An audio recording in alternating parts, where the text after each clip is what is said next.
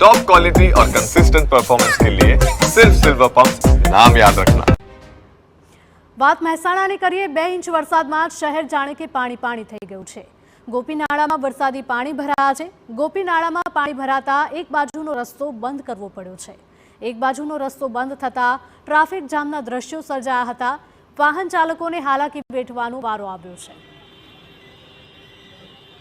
તો આ દ્રશ્યો સામે આવ્યા છે મહેસાણામાંથી। અહીંયા 2 ઇંચ વરસાદ પડ્યો, પરંતુ 2 જ ઇંચ વરસાદમાં સમગ્ર શહેર જાણે કે પાણી પાણી થઈ ગયું હોય તેવા દ્રશ્યો સામે આવ્યા છે। મહેસાણા જિલ્લામાં આજે સર્વત્ર વરસાદ નોંધાયો છે, જેમાં મહેસાણા તાલુકા, મહેસાણા શહેર અને વિજાપુરમાં લગભગ 2 ઇંચ જેટલો વરસાદ નોંધાયો છે। મારી પાછળ આપ દ્રશ્યો બતાવવા માંગીશ આપણે। મહેસાણા ગોપીનાળાનું દ્રશ્ય છે કે જ્યાં આગળ મહેસાણા 1 અને મહેસાણા 2 ને જોડતું મુખ્ય નાળું છે, જેમાંથી એક નાળું દર વર્ષે જ્યારે ચોમાસાની સિઝનમાં સામાન્ય વરસાદ પડે તેમાં છલોછલ ભરાઈ જાય છે। પાણીનો નિકાલ જલ્દી નથી થતો।